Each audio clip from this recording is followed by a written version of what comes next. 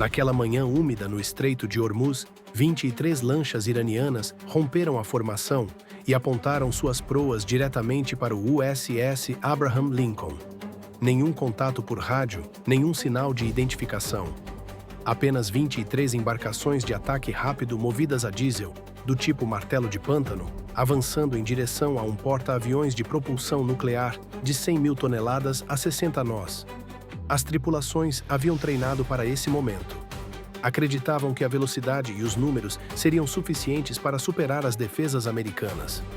Não faziam a menor ideia de que estavam prestes a receber uma lição sobre o que acontece quando embarcações baratas desafiam um grupo de ataque a porta-aviões equipado com sistemas de armas cujo valor supera todo o orçamento naval do Irã. O Abraham Lincoln não navegava sozinho. 2 destroyers da classe R. Lake Burke flanqueavam o porta-aviões a 4.000 jardas de distância. O USS Thomas Hudner a bombordo, o USS Mason a estibordo. Entre eles, uma lancha de patrulha da classe Cyclone, chamada Saraka, executava manobras de interferência a 25 nós. Sua tripulação de 28 homens detectou os contatos antes de qualquer outro. A 18 milhas náuticas de distância, aquelas embarcações pareciam barcos de pesca no radar. A 12 milhas, o padrão ficou evidente. Aquilo não era tráfego comercial, era um ataque em enxame coordenado, diretamente retirado do manual da Guarda Revolucionária Iraniana. Minutos depois, o oficial de ação tática a bordo do Lincoln tomou a decisão. Lançou os helicópteros. 2 helicópteros MH-60R Seahawk decolaram do convés de voo. Os motores turboeixo duplos da General Electric rugiam. Metralhadoras M240 nas portas. Mísseis AG M114 Hellfire carregados nos pilones externos. A missão era simples: acompanhar o enxame, identificar ameaças, engajar se as regras de engajamento fossem cumpridas. Os pilotos subiram a 1.500 pés e viraram em direção à formação que se aproximava. Da altitude, conseguiam ver o quadro completo. 23 embarcações em uma formação solta em V. Esteiras de proa brancas e brilhantes contra a água escura. Algumas embarcações carregavam lançadores de foguetes visíveis. Outras montavam o que pareciam ser metralhadoras pesadas em suportes improvisados. Guerra assimétrica clássica. Superar defesas sofisticadas com números e agressividade. Logo em seguida, as lanchas iranianas se dividiram em 3 grupos. 14 embarcações mantiveram curso em direção ao porta-aviões. 6 desviaram em direção ao Mason. 3 aceleraram em direção ao Thomas Hudner. A velocidade subiu de 60 para 70 nós. As embarcações mais novas eram mais rápidas do que os serviços de inteligência haviam previsto. Provavelmente variantes da classe Siraj. Cascos de fibra de vidro, motores diesel duplos, capazes de atingir 85 nós em mares calmos. Cada embarcação custava talvez $400 mil. O porta-aviões que estavam atacando custou 13 bilhões de dólares. A matemática não favorecia ninguém. O Centro de Informações de Combate a bordo do Lincoln passou de rotina a modo de alerta em segundos. Praças identificaram os contatos. Oficiais verificaram os vetores de ameaça. Em 90 segundos, cada navio do grupo de ataque sabia exatamente para onde aquelas embarcações estavam indo e quando entrariam no alcance das armas. Os iranianos estavam a 8 minutos de distância. Para as tripulações americanas, isso parecia uma eternidade. Tempo mais do que suficiente para se preparar. Tempo mais do que suficiente para torcer que cabeças mais frias prevalecessem. Vamos falar sobre o sistema de armas de defesa aproximada Phalanx, porque compreender essa máquina é essencial para entender o que aconteceu em seguida. O Phalanx é um canhão Gatling M60 e um Vulcan de 20 mm montado em uma torre autônoma. 6 canos rotativos na configuração Bloco 1B. Cadência de fogo de 4.500 tiros por minuto. Isso equivale a 75 projéteis perfurantes de tungstênio por segundo. O sistema possui seu próprio radar de busca e rastreamento, seu próprio computador de controle de tiro, seus próprios algoritmos de tomada de decisão. Quando configurado no modo autônomo, não espera permissão humana. Ele detecta uma ameaça, calcula a solução de tiro, abre fogo. A sequência de engajamento leva menos de 2 segundos da detecção ao primeiro projétil. O alcance efetivo é de aproximadamente 4.000 jardas, mas o Phalanx não engaja na distância máxima. Ele aguarda, rastreando, calculando. Quanto mais próximo o alvo, mais concentrado o padrão de dispersão, maior a probabilidade de destruição. O engajamento típico ocorre por volta de 1.600 jardas, menos de 1 milha. Nessa distância, uma lancha viajando a 70 nós percorre o intervalo em aproximadamente 40 segundos. Não há espaço para hesitação, não há tempo para decisões em comitê. O computador toma a decisão. O Bloco 1B adicionou algo crítico exatamente para esse cenário. Uma capacidade de sensor infravermelho de visão frontal no modo superfície. O Phalanx original foi projetado para destruir mísseis, alvos rápidos em alta altitude. A atualização permitiu rastrear e engajar pequenas embarcações ao nível das ondas. As lanchas da Guarda Revolucionária Iraniana tornaram-se alvos legítimos. O apelido do sistema é R2D2. O canhão soa como um zíper industrial rasgando chapa metálica. Não há nada simpático no que ele faz com embarcações de fibra de vidro. O momento chegou. 3 lanchas romperam a formação e mergulharam em direção ao Thomas Hüttner a toda velocidade. Proas erguidas, motores rugindo, nenhum tiro de advertência, nenhuma transmissão por rádio, pura agressividade. Elas fecharam para 3.500 jardas, depois 2.500, depois 1.500. As regras de engajamento eram cristalinas. Força defensiva autorizada quando intenção hostil é demonstrada. 3 embarcações avançando sobre um destroyer em velocidade de combate com armas visíveis constitui intenção hostil. O oficial de sistemas de armas do Hüttner tomou a decisão. Phalanx para engajamento automático de ameaças de superfície. O primeiro suporte do Sea-Wiz girou. O radar travou na embarcação, líder a 1.800 jardas. O computador verificou os critérios de ameaça. Aproximando-se, fechando distância, armado. Os canos começaram a girar. 75 projéteis por segundo. A lancha líder se desintegrou. Não afundou, se desintegrou. Projéteis perfurantes de tungstênio de 20 milímetros não fazem buracos em fibra de vidro. Eles a despedaçam. A proa explodiu primeiro. O compartimento do motor em seguida. Os tanques de combustível pegaram fogo. O que havia sido uma lancha tornou-se uma nuvem de destroços e fumaça negra em menos de 4 segundos. O Phalanx disparou 137 projéteis, custo por engajamento de aproximadamente $6.300. A embarcação destruída custou talvez $400 mil, mas os 3 marinheiros iranianos a bordo não tinham preço. Pularam antes que a última rajada os atingisse, boiando na água, atordoados, vivos. A segunda lancha virou bruscamente para a esquerda. Tarde demais. Um helicóptero Seahawk havia estado rastreando desde a altitude. O piloto pressionou o gatilho de sua metralhadora M240 na porta. Projéteis de 7,62 milímetros vararam a superfície da água, traçantes a cada 5º projétil. O atirador conduziu o fogo pela popa da embarcação. Bloco do motor perfurado. Linha de combustível cortada. A lancha perdeu força e ficou à deriva, morta na água. Tripulação se debatendo em busca de coletes salva-vidas. A terceira lancha virou para fugir a 50 nós na direção oposta, mas a lancha de patrulha da classe Cyclone Sarracco fechou para 2.200 jardas.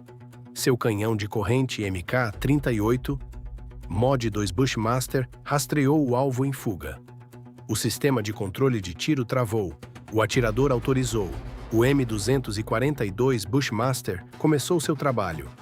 200 tiros por minuto. Projéteis de 25 milímetros de alto explosivo. A cada 4º projétil, um traçante. A primeira rajada caiu curta. Geysers de água a 50 jardas atrás da embarcação. O atirador corrigiu. A segunda rajada conectou. O casco de fibra de vidro da lancha não conseguiu deter munição militar viajando a 900 metros por segundo. Os projéteis atravessaram o espelho de popa, atravessaram o motor, atravessaram a proa. A embarcação desacelerou, parou, começou a afundar. A tripulação abandonou o barco em segundos. Mais 3 iranianos na água. Mais 3 lições aprendidas da maneira mais difícil. Silêncio.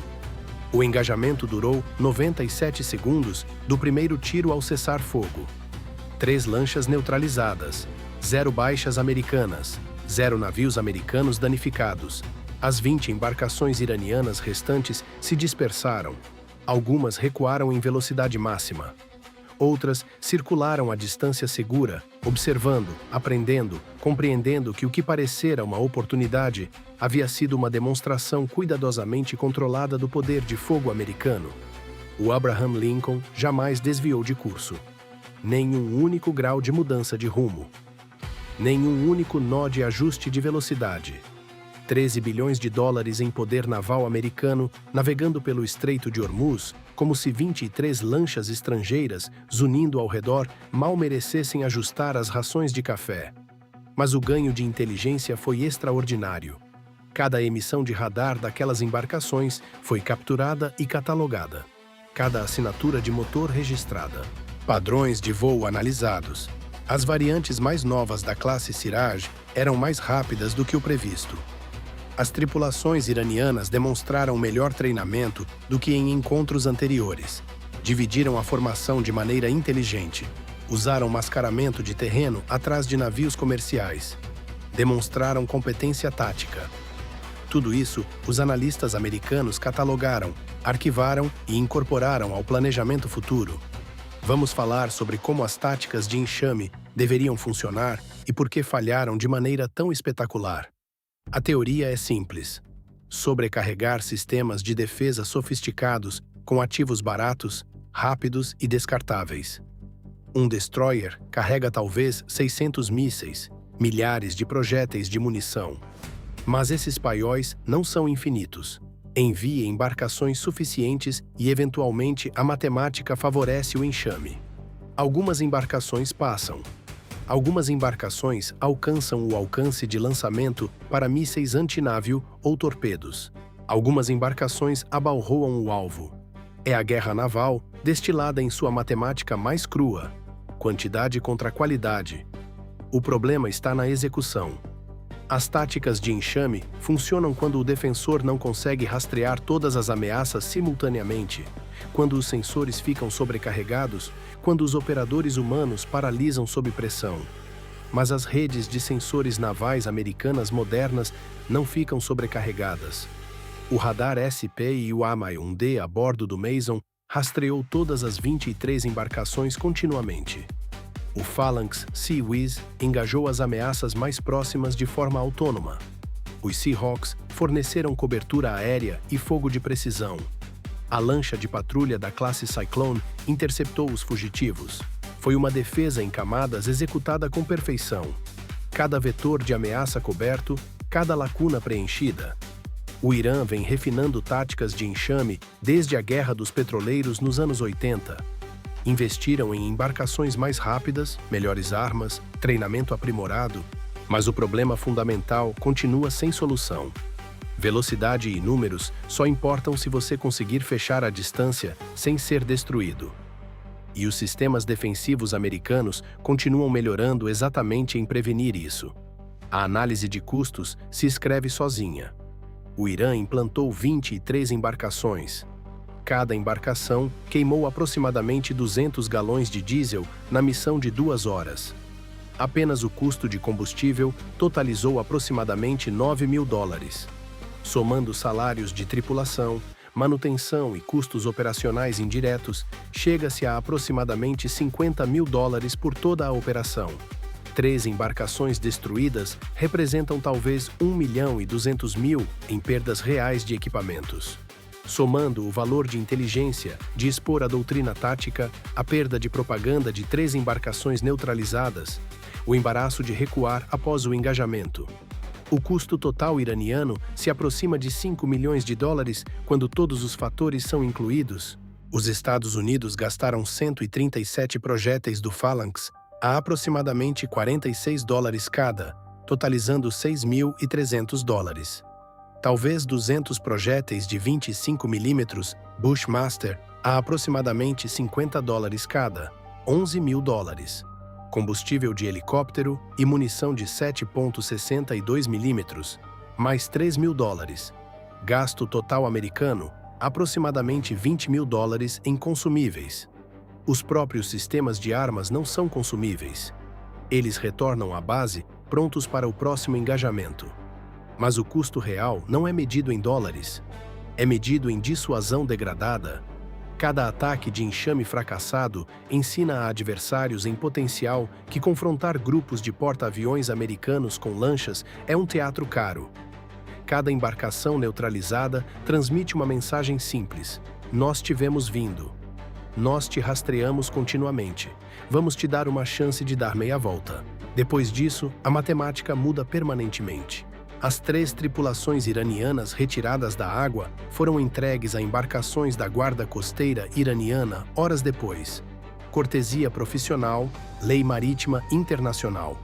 Eles voltaram para casa com histórias que seus comandantes provavelmente não queriam que circulassem. Histórias sobre sistemas de armas que engajaram antes que operadores humanos pudessem piscar, sobre projéteis de tungstênio que transformaram embarcações em confete, sobre helicópteros que rastreavam de ângulos impossíveis de defender. O boca a boca se espalha mais rápido do que a propaganda em militares fechados. Essas histórias importam. O grupo de ataque do Abraham Lincoln continuou para o sul pelo Estreito de Hormuz. Os exercícios de treinamento foram retomados naquela tarde. As tripulações serviram o jantar nos horários normais. O incidente foi registrado, relatado e analisado. Rotina normal para um grupo de porta-aviões que lida com mais complexidade antes do café da manhã do que a maioria das marinhas administra em um mês. Dentro de 72 horas, a mídia estatal iraniana divulgou imagens cuidadosamente editadas mostrando corajosos marinheiros da Guarda Revolucionária Iraniana confrontando a frota americana. Propaganda para consumo interno. Os registros de navegação contavam uma história diferente. O porta-aviões havia navegado em linha perfeitamente reta durante todo o encontro, tratando 3 investidas agressivas de lanchas com a mesma preocupação que a maioria das pessoas reserva para gaivotas agressivas em um piquenique na praia. Isso é a dissuasão moderna em ação. Não explosões, não contagem de corpos, apenas uma demonstração de 97 segundos de que desafiar um grupo de ataque a porta-aviões com lanchas envelhecidas é como desafiar um grão-mestre no xadrez, enquanto anuncia seus movimentos com 3 rodadas de antecedência. O tabuleiro pertence a quem controla a informação, e a informação pertencia inteiramente à América. O Estreito de Hormuz permaneceu aberto naquela manhã. Nenhuma crise internacional foi acesa, nenhum incidente internacional exigindo explicação. Apenas 20 lanchas navegando para casa com ameaças vazias e debriefings completos. Enquanto o grupo de navios de guerra mais poderoso já reunido continuava para o sul sem perder o ritmo, algumas lições são ensinadas com força avassaladora. Esta foi ensinada com precisão avassaladora. E para o comando da Guarda Revolucionária do Irã, aquela eficiência silenciosa provavelmente doeu mais do que qualquer bombardeio de mísseis jamais poderia. Eles vieram em busca de um confronto. O que encontraram foi um estande de tiro.